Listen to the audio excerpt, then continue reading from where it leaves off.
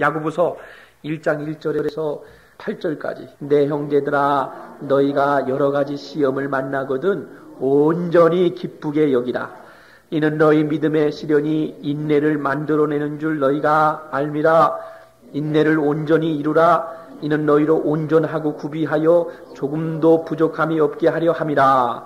너희 중에 누구든지 지혜가 부족하거든 모든 사람에게 후히 주시고 꾸짖지 아니하시는 하나님께 구하라. 그리하면 주시리라. 오직 믿음으로 구하고 조금도 의심하지 말라. 의심하는 자는 마치 바람에 밀려 요동하는 바다 물결 같으니 이런 사람은 무엇이든지 주께 얻기를 생각하지 말라. 두 마음을 품어 모든 일에 정함이 시험을 참는 자는 복이 있도다. 이것에 옳다 인정함을 받은 후에 주께서 자기를 사랑하는 자들에게 약속하신 생명의 면류관을 얻을 것입니다. 아멘. 참된 복의 비결이다. 복에 대한 말씀을 잠깐 보고자 합니다. 신약 중에서 가장 먼저 쓰여진 책이 여러분이 조금 전에 읽으신 야고보서의 말씀입니다. 개혁자 루터는 야고보서를 지칭해서 말하기를 야고보서의 내용만 제대로 지킬 수 있는 성도라면 진정한 그리스도인이 될 수 있다. 이렇게 할 만큼의 중요한 내용을 담고 있는 것이 야고보서의 내용입니다.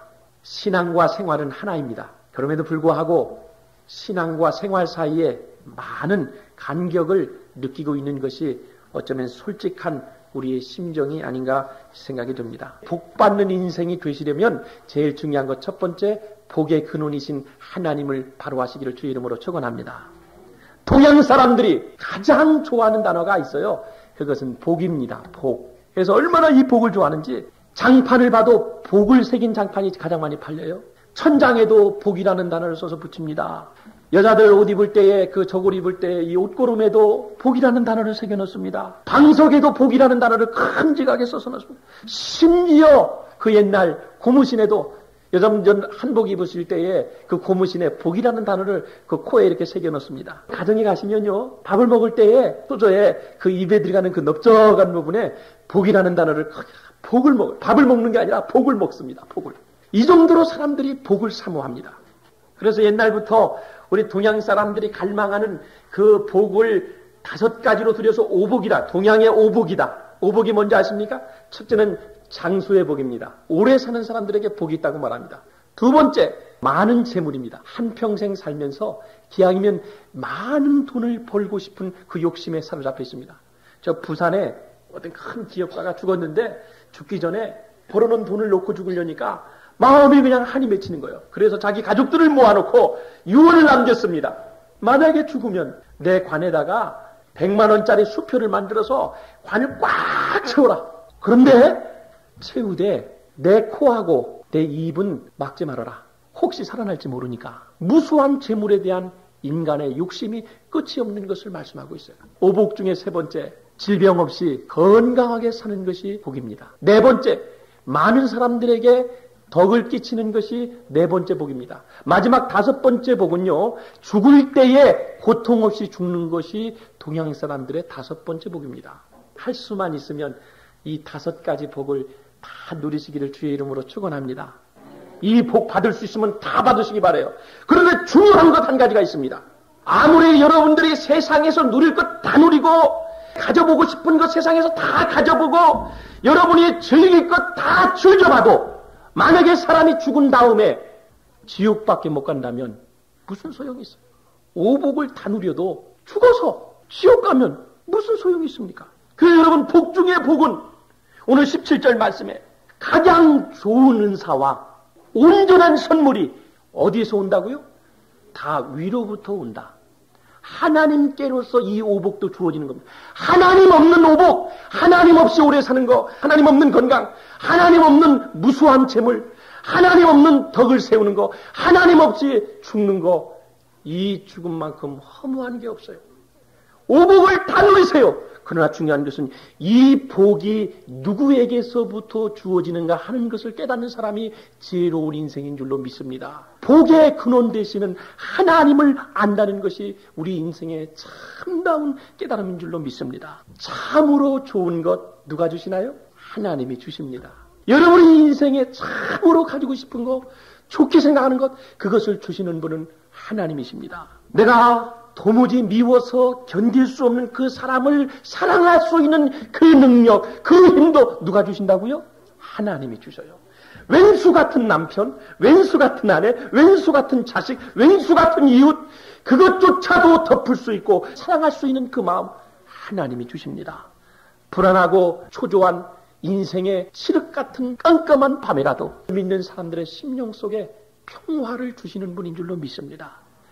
인생은 외로워요. 그러나 주님을 모시고 사는 인생은 절대로 외롭지 않습니다. 견딜 수 없는 상황을 만났을 때에 그 견딜 수 있는 능력을 주시는 분은 바로 하나님이십니다. 할렐루야. 여러분, 가장 좋은 은사와 온전한 선물이 다 위로부터 빛들의 아버지께로부터 내려온다. 그 아버지를 빛들의 아버지다 그랬어요. 그 아버지께로서 내려오나니 그는 변함도 없으시고 회전하는 그림자도 없으시다. 이 무슨 말씀입니까?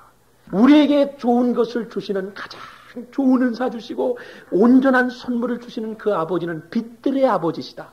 그는 여기에 변함도 없으시다. 회전하는 그림자도 없다. 이 세상에 모든 밝은 것 많습니다. 그런데 다 변해요. 예를 들면 초를 상상해 봅시다. 깜깜한 밤에 촛불을 켜놓습니다. 그러면 초가 그 어두움을 밝혀줍니다. 고맙습니다. 반가워요. 그러나 여러분 그 초를 마냥 태워보십시오. 언젠가는 그 초는 꺼집니다. 초가 다 달아버리면 꺼지고 마는 영원하지 뭐. 밝음의 상징인 태양을 보십시오. 태양의 그 밝음이 얼마나 밝은지 이 초의 태양이 지구에 내려쪼이는 그 열량이 원자폭탄 1000개를 동시에 떠뜨린 그 열량하고 맞먹는데요. 여러분 상상해 보십시오. 원자폭탄 1000개 그거를 동시에 터뜨린 그 열량이 태양이 우리 지구에 내리쬐는 1초의 열량하고 맞먹는데요. 얼마나 뜨겁습니까? 얼마나 강렬합니까? 얼마나 밝습니까? 그런데 그 태양도 24시간 내내 우리에게 비추지 못합니다. 그 태양도요, 뜨겁지만 시시각각 아침에 뜨는 태양, 낮에 비춰주는 태양, 저녁에 해질 무렵의 태양의 그 온도는 시시각각 다르게 변합니다. 변합니다. 그리고 태양은 회전하는 그림자를 만들어냅니다. 여러분 해질녘쯤에 우리가 서서 보면 우리 뒤에 그림자가 생기잖아요. 태양은 뜨겁지만 그림자를 우리에게 만들어줍니다. 그러나 우리 하늘 아버지는 회전하는 그림자가 없으십니다. 언제나 소망을 주십니다. 언제나 은혜로우십니다. 그분은 언제나 우리를 사랑하십니다. 그분은 언제나 변함이 없으신 분인 줄로 믿습니다. 그 하나님을 꼭 여러분 붙들고 사시기를 주의 이름으로 축원합니다. 사람은 변해요. 그런데 하나님은 변하지 않아요. 여러분 한국의 정치의 소식을 듣습니다. 게이트 무슨 게이트 무슨 게이트 무슨 비리 무슨 비리 다 그것이 어디서 촉발이 되냐면 과거에 혈맹 관계였던 동지들끼리 가장 친한 동기동창이 식구같이 한 가족처럼 여겼던 사람이 시간이 지나면 변하는 거예요. 나의 가장 비리를 가장 많이 알고 있는 사람이에요. 사람은 변해요. 여러분 지금 아무리 여러분들끼리 친해도요. 시간 지나보세요. 몇 년 흘러보세요. 그 사람이 나의 적이 됩니다. 돌고 돕니다. 원수가 적이 친구가 되고 친구가 적이 되고 이게 세상살이에요. 영원할 수 없어요. 그러나 하나님은 영원하십니다. 그분은 언제나 사랑하십니다. 할렐루야. 복의 근원. 여러분이 그렇게도 갖기를 소망하고 여러분이 그렇게도 누리기를 소망하는 그 복의 근원. 그 복이 어떤 복이 됐든 그 복의 근원은 하나님이 주시는 줄로 믿습니다. 하나님 놓치지 마세요. 하나님 가까이 하세요. 그래야 여러분 삽니다. 두 번째 뭐라고 되세요? 5절 말씀 볼까요? 너희 중에 누구든지 지혜가 부족하거든 모든 사람에게 후히 주시고 꾸짖지 아니하시는 하나님께 구하라. 그리하면 주시리라. 여러분 자꾸 설교를 어렵게 들으려고 하지 마세요. 너희 중에 부족하거든 모든 사람에게 후히 주시고 꾸짖지 아니하시는 하나님께 구하라. 그리하면 주시리라. 이 세상에서 가장 위대한 사랑이 하나님 사랑 빼놓고 뭡니까? 부모가 자식을 사랑하는 거. 자식 사랑 이거 못 말려요. 내가 보기엔 골치 아픈 자식이라도요. 내 자식이 아니라 그렇지 그 부모한테 가면요 아주 하늘 같은 자식이에요. 속썩여도 마약을 해도 나한테는 귀해요. 얼마나 여러분 자식들을 위해서 해줄 수 있는 건 모든 거 다 해주잖아요. 부모님들 빚을 내서라도 해줘요. 부모도 그래요. 자식들이 원하는 걸 다 해주고 싶지만 여러분 다 해줍니까? 다 해줄 수 있어요? 돈이 아무리 많아도 자식이 요구하는 것 부모가 다 해주고 싶어도 가다 보면요 한계가 와요. 한계가 와. 그게 부모가 자식에 대한 사랑이에요. 아무리 자식을 사랑해도 때가 되면 한계가 와요. 무엇이든지 자녀들에게 원하는 바를 모두 다 해주고 싶은 마음으로 가득 차 있지만 힘이 부족하기 때문에 부모의 능력이 한계가 있기 때문에 그래서 어느 한순간에 아니야 더 이상은 안 돼. 그리고 고개를 이렇게 가로젓게 됩니다. 그런데 여러분 하나님이 우리를 사랑하시는 그 사랑은요 모든 사람에게 그 사랑 후히 주십니다. 후히 주셔. 후히. 넘치도록 주셔. 할렐루야. 그리고 자꾸 달라 그래도 하나님은 우리를 귀찮게 여기지 않으십니다. 여기 보세요. 뭐라고 되죠? 5절에 꾸짖지 아니하시는 하나님. 그래서 하나님의 사랑은 한마디로 줄이면 구해주시고 꾸짖지 아니하는 사랑이다. 자꾸 10번이고 100번이고 찾아가서 구하세요. 하나님은 지겹게 생각하지 않으십니다. 꾸짖지 아니하세요. 왜 또 왔어? 왜 또 그래? 이렇게 우리를 구박하지 않으세요. 왔냐? 왔어? 새벽에 찾아가도 왔어? 밤에 찾아가도 왔어? 하나님 마음을 아프게 해도 또 찾아가서 주여 잘못했습니다. 그러면 왔냐? 꾸짖지 아니하세요. 얼마나 감사해요. 그런 하나님이 나의 아버지가 된다는 거. 부모가 자식을 사랑하는 그 사랑보다 하나님이 하나님의 백성을 사랑하는 그 사랑이 더 위대하고 크다는 사실이에요. 그렇기 때문에 여러분 구약에 보면 기드온의 300명 용사를 가지고도 하나님께서는 미디안의 수만 군대를 삽시간에 몰살시켜버립니다. 아수르 군대 18만 5천 명이 예루살렘을 포위하고 있을 때에 하나님의 백성들이 주여 우리가 죽겠나이다 하나님 앞에 구했을 때 하나님께서 그 기도하는 소리를 들으시고 하룻밤 사이에 그 아수르 군대 18만 5천 명은 삽시간에 하루 저녁에 다 쓸어버리십니다. 그 다음날 눈 뜨고 났더니 해가 뜨고 나니까 싸늘한 시체가 되어서 18만 5천 명이 예루살렘 성에 쫙 깔려 있어요. 이사야 7장에 보면 유다왕 아하스 왕 때에 하나님께서 이사야를 들어서 아하스 왕에게로 보냅니다. 네가 가서 좀 아하스 왕을 만나라. 만나서 이런 얘기 좀 해줘라. 조금 후에 다메섹 왕과 여기에 에브라임 사람들이 그들이 더불어서 너희를 공격해 올 텐데 너가 좀 아하스 왕에게 가서 이 말을 좀 전해달라. 저들이 아무리 연합군을 만들어서 쳐들어와도 저들은 연기나는 부직갱이 구루터기에 불과하니 네가 가서 이사야야 아하스 왕에게 절대로 요동하지 말고 흔들리지 말고 두려워하지 말고 믿음으로 구하라. 기도하라. 아무 데서든지 기도하라. 높은 데서든지 넓은 데서든지 아무 데 가서 기도하는 모습만 내게 보여달라. 그러면 내가 구원하리라. 그들을 부직갱이처럼 불살라버리리라. 이렇게 이사야에게 말씀하십니다. 이사야가 아하스 왕에게 찾아갑니다.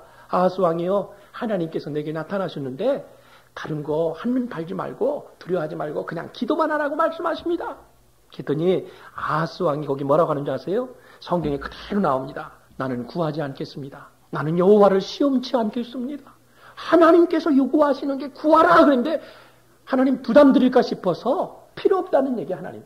얼마나 교만이에요. 근데 그 순간에 아하스 왕이 뭐냐면 아수르에게 엄청난 뇌물을 준비해가지고 이미 뒤로 다 전달하고 있었어요. 아수르에게. 그 백이 있는 거예요. 믿는 백이. 뇌물을 바치니까 아수르가 자기들을 봐줄 것이다. 이 백그라운드가 있기 때문에 그래서 하나님 나 구하지 않을게요. 하나님이 분노하셨어요. 아하스가 그럴듯한 변명으로 하나님의 요구를 거절합니다. 하나님의 구원의 계획을 거절합니다. 사양합니다. 분노하신 하나님께서 이스라엘을 대적할 애굽과 아수르를 성경이 어떻게 표현하냐면 벌떼를 부르는 것처럼 부릅니다. 벌떼들이 몰려오는 것처럼 그들로 하여금 완전히 유다를 황폐케 만들어버립니다. 쓸어버리시 분노하셨어요. 초토화시켰다. 이렇게 성경에 말합니다. 여러분 어렵고 힘들 때에 구하라 하시는 말씀이 하나님께서 여러분들을 사랑하기 때문에 여러분에게 주시는 제안인 줄로 믿습니다. 할렐루야. 구하십시오. 거기 5절 6절 보십시오. 5절 6절 너희 중에 누구든지 뭐가 부족하거든 지혜가 부족하거든 모든 사람에게 후히 주시고 꾸짖지 아니하시는 하나님께 구하라. 그리하면 어떻게 하리라? 주시리라 그랬어요. 주시리라. 그래서 여러분 하나님께서 구하라고 말씀하실 때 기회를 놓치지 마세요. 거절하지 마세요. 여러분들이 기도하라고 했는데 구하라고 그랬는데 구하지 않고 기도하지 않는 것은 한마디로 말씀드리면 하나님 말씀에 대한 대항하는 겁니다. 대항하는 거예요. 5절 말씀에 지혜를 구하라 그랬어요. 지혜가 뭡니까? 모든 사물과 사건을 하나님의 견지에서 볼 수 있는 능력입니다. 다시 말씀드릴게요. 어떠한 상황을 만나든지 어떠한 사건을 만나든지 하나님의 시선으로 하나님의 관점에서 볼 수 있는 그 능력이다. 여러분들이 어떤 복잡한 일을 만났든지 하나님의 관점에서 사물을 보면 하나님의 관점에서 사건을 대하면 여러분 문제는 쉬운 줄로 믿습니다. 내 관점으로 보니까 어려운 거예요. 하나님의 관점으로 보면요. 문제가 그렇게 쉬울 수 없어요. 지혜를 내 것으로 누릴 수 있는 비결. 첫 번째, 자신의 부족을 깨달아야 됩니다. 할렐루야. 그래서 성경에 뭐라고 되어 있어요? 너희 중에 누구든지 지혜가 부족하거든 그랬어요. 지혜가 부족하거든. 그래서 내가 부족하다 그걸 느끼는 거. 사단이 주는 마음은 뭔지 아세요? 나는 항상 옳고 남은 항상 틀렸다. 내 것만 옳은 거요. 이게 사단이 주는 마음이에요. 내가 최고로 지혜로운 사람이고 내 생각이 옳고 내 것만 옳고 다른 사람은 다 틀렸어요. 이런 의식을 학자들이 심리학자들이 자아의식이다. 자아의식. 그래서 이 자아의식이 강한 사람일수록 사실은 지혜롭지 못한 사람입니다. 자기의식이 강한 사람일수록 지혜가 없는 사람이다. 여러분 참 지혜가 무엇입니까? 내가 참 부족한 사람이다. 이것을 깨달을 때 하나님의 지혜가 여러분에게 다가오는 줄로 믿습니다. 여러분이 만약에 지혜가 부족하다고 느끼십니까? 그러면 여러분들은 복이 있는 사람이요. 오히려 감사하시길 바라요. 왜? 내가 부족함을 느끼면 느낄수록 하나님의 지혜가 내게 가까이 오기 때문입니다. 할렐루야. 영리하다고 하는 것하고 지혜롭다고 하는 건 틀립니다. 영리하다고 하는 것은요, 자기 욕심을 채우고 자기 유익을 근거로 하는 게 영량, 자기 중심적인 생각, 자기 중심적인 판단, 이건 머리가 좋다, 영리하다 이렇게 말합니다. 지혜롭다고 하는 말은 뭐냐면요, 이 지혜는 모든 사람을 살립니다. 하나님께 영광을 돌리는 데 목적이 있습니다. 나의 눈으로 그 사건을 보는 것이 아니라 하나님의 눈으로 인생을 바라봅니다. 이 지혜, 모든 사람에게 유익을 줍니다. 이것이 지혜라는 사실이에요. 자신의 부족을 깨달을 때 지혜가 여러분의 지혜가 되고 여러분들이 지혜를 누가 주시는지를 깨달아야 됩니다. 그 지혜의 근본은 하나님이십니다. 여러분. 그리고 구해야 됩니다. 구하라 그랬어요. 믿음으로 구하라. 구하되 믿음으로 구하고 조금도 의심하지 말라. 6절 말씀에 믿음으로 구하고 조금도 의심하지 말라. 의심하는 자는 마치 바람에 밀려 요동하는 바다 물결 같다 그랬어요. 할렐루야. 첫 번째, 여러분들이 복 있는 인생이 되려면 복의 근원을 알고, 두 번째, 하나님께 구하는 자가 복 있는 줄로 믿어요. 마지막 세 번째, 어떤 자가 복이 있습니까? 12절 말씀 볼까요? 시험을 참는 자가 복이 있도다. 이곳에 옳다 인정함을 받은 후에 주께서 자기를 사랑하는 자들에게 약속하신 생명의 면을 얻을. 누가 복이 있다고요? 시험을 참는 자가 복이 있습니다. 야고보서의 핵심 주제가 두 가지입니다. 첫째는 인내입니다. 두 번째 순수한 사랑입니다. 인내와 순수한 사랑, 이것이 야고보서 전체 5장의 주제입니다. 우리가 아는 많은 고통들, 이건 그리스도인들에게 시험이라고 말할 수 있습니다. 시험을 봐야 그 사람의 실력이 어느 정도인지 알죠. 안 그래요? 시험이 없이는 그 사람의 실력을 판단할 수가 없어요. 시험을 볼 때 그 사람이 어느 정도의 수준이 있느냐 하는 것을 평가되는 것처럼 우리 앞에 어려움이 닥쳤을 때에 그 사람이 가지고 있는 그 신앙, 그 믿음이 참된 믿음인지 가짜인지를 분별해낼 수가 있다고 하는 것입니다. 그래서 우리가 우리에게 당한 어려움들, 그것은 믿음의 시련이다. 시련을 헬라어 언어에 보면은 이것을 용광로로 풀이되어 있어요. 용광로. 그러니까 시련이 꼭 기분 나쁜 것은 아니에요. 우리에게 가끔씩 시련이 옵니다. 그것은 왜 그렇습니까? 우리 속에 있는 불순물들을 태우기 위한 기회인 줄로 믿습니다. 또 한 가지, 우리 속에 있는 잘못된 것들, 내 속에 없어져야 할 것들을 제거시킴으로 인해서 하나님 앞에 내가 좀 더 아름답고 성숙한 인격으로 만들어낼 그 과정이 바로 용광로 속에 들어가는 작업이에요. 시련. 여러분, 제가 읽지는 않았습니다만은 13절과 12절에 나오는 시험의 의미는 다릅니다. 12절은 하나님이 우리에게 테스트하시는 거고 13절에 나오는 시험은 일종의 유혹입니다. 유혹. 그러니까 사실은 개념은 달라요. 그러니까 12절의 개념을 가지고 보는 겁니다. 여러분들이 신앙생활을 하시면서 어려움 당하는 거, 그것은 우리 속에 있는 하나님께서 잘못된 것들을 걸러내기 위한 그러한 기회인 줄로 믿습니다. 그렇기 때문에 12절 뭐라고 됐어요? 시험을 참는 자가 복이 있다. 그래서 시험을 참는 자가, 시험이 옵니다. 시험이 올 때 언제 막아야 됩니까? 그것이 실개천일 때는 삽으로 갖다 흙을 떠서 막으면 됩니다. 그런데 여러분들이 실개천일 때 그 작은 시험들이 올 때 이것을 여러분들이 용납하고 그저 응해주면요, 이 시험이 나중에 큰 강을 이룹니다. 그러면 큰 강은 큰 댐을 만들어도 불가능합니다. 불가능해요. 실개천일 때는 삽으로 뚝 떠다 막으면 됩니다. 그래서 여러분들이 이런 시험들이 올 때에 언제 그것을 막아야 되냐면 작을 때 막자. 그러기 때문에 여러분들이 늘 자신을 살펴야 되고 늘 경계해야 되고 늘 긴장해 있어야 돼요. 더 간이 좀 배부르다고 이제는 이쯤이면 됐다고 여러분들이 더 간이 힘을 가질 때 그때가 시험 들기 가장 좋은 때예요. 우리나라도 교회사를 보면요. 대한민국도 6.25 사변 이후에가 새벽 기도 운동이 제일 뜨거웠어요. 성령 운동이 그 이후로 막 60년대 그 이후에 잘 뜨거웠어요. 그 고통을 다. 얼마 전 여러분 신문 보신 분 알겠지만은 이해만 마치겠어요. 세계 기능 올림픽 대회가 신문에 크게 보도됐습니다. 거기에 1위는 스위스입니다. 2위는 일본입니다. 한국이 3위를 차지했어요. 근데 그 쭉 이렇게 스토리를 보니까 그 옛날 독일이 굉장히 기술이 앞서 있었어요. 스위스보다. 그래서 어느 날 자꾸 이렇게 기능 올림픽에서 스위스가 성적이 좋거든요.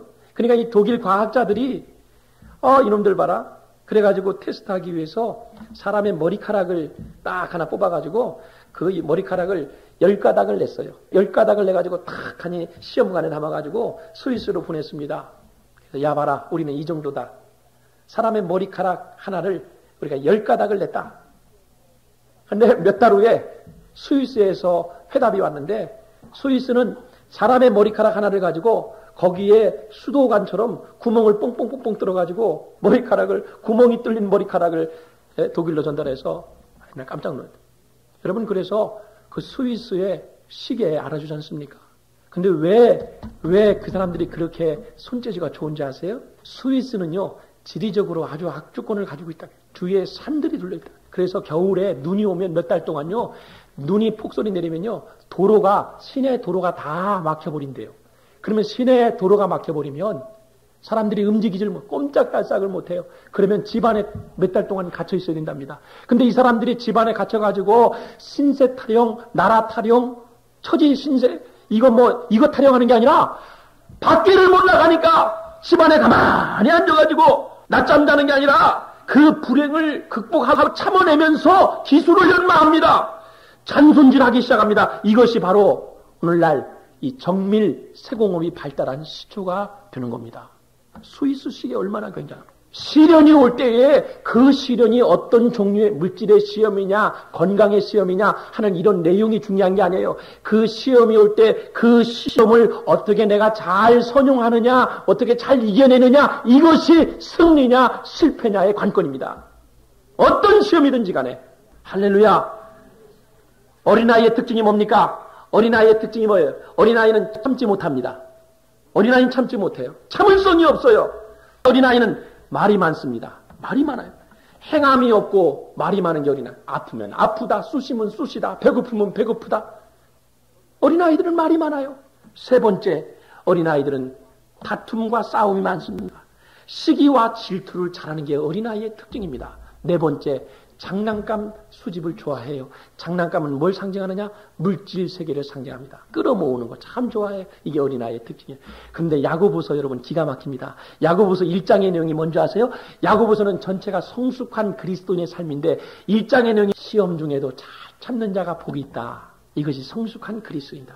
2장의 내용이 뭐냐면 말보다도 진리를 행할 줄 아는 사람이 성숙한 그리스도인이다. 이것이 야고보서 2장의 내용이에요. 세 번째, 혀를 잘 다스릴 줄 아는 사람, 이 사람이 온전한 사람이다. 그리고 사람들과 화목을 이루는 사람이 성숙한 그리스도. 이것이 야고보서 4장의 내용. 마지막 5장의 내용, 영적인 삶을 추구하는 사람이 진정한 성숙한 그리스도이다. 어린아이와 반대되는 삶을 강조하는 그것이 야고보서 전체의 내용이에요.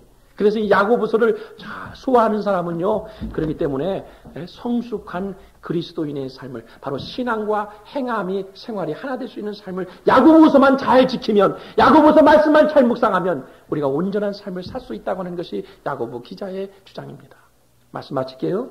여러분, 오늘 여러분들 다 동양의 오복 누리실 뿐만 아니라 이 오복이 여러분의 것이 되면, 첫 번째, 복받는 인생이 되려면 어떻게 된다고요? 세 가지 말씀드린. 첫째는 복의 근원이신 하나님을 알아라. 두 번째, 구하라. 그래서 구하라. 구하지 않은 것도 교만입니다. 이런 기도하러 온 사람은 난 그렇게 생각합니다. 저 사람은 부족한 게 많다. 하나님 앞에 구할 것이 많다. 그러나 기도하지 않는 사람은 그래 배부르다.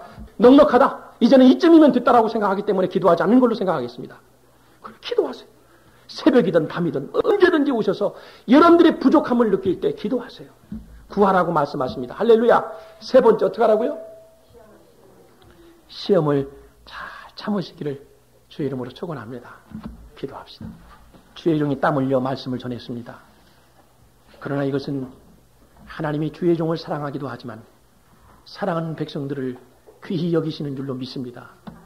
이 말씀 저들의 마음 한구석에 아픔과 시련과 고통이 있음을 주님께서 아시고 또 복을 추구하는 그 마음을 주님께서 아시고 너희들은 그 어떤 복보다도 복의 근원이신 하나님을 알라고 우리에게 말씀해 주셨습니다. 구하라고 말씀해 주셨습니다. 시험을 잘 참는 자가 복 있는 자라고 말씀해 주셨습니다. 이 과정을 잘 이겨낼 수 있도록 은혜 베풀어 주시옵소서.